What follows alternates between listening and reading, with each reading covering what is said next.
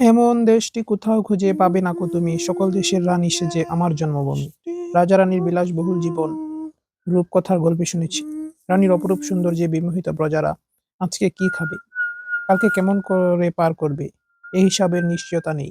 এই সাধারণ মানুষের জীবন যত সহজ করতে চাই, মুখের হাসি যত দীর্ঘ করতে চাই, ভাগ্যের নিশ্চয়তা তত ক্ষীণ হয়ে আসে। বেঁচে থাকলেই তারা ভবিষ্যতের দূর পর্যন্ত দেখতে পায় না।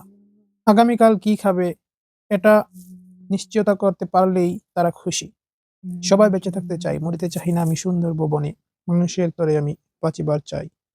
যখন আনন্দের জন্য দুশ্চিন্তা করি আমরা যখন আনন্দের জন্য দুশ্চিন্তা করি, কি করলে মন খুশি হবে, এই চিন্তায় ব্যস্ত।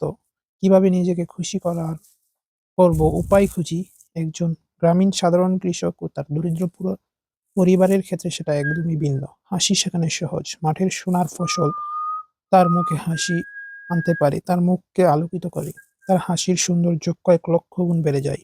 এটা ভবিষ্যতেকে রক্ষা করার হাসি। আগামী ১ বছর এই মুখে হাসি থাকলে দেশের মুখেও হাসি থাকবে। আজকের আমার এই ছবিটা হলো কৃষকের মুখের হাসি। এই ছবিটার নাম স্মাইল অফ প্রোটেক্ট ফিউচার।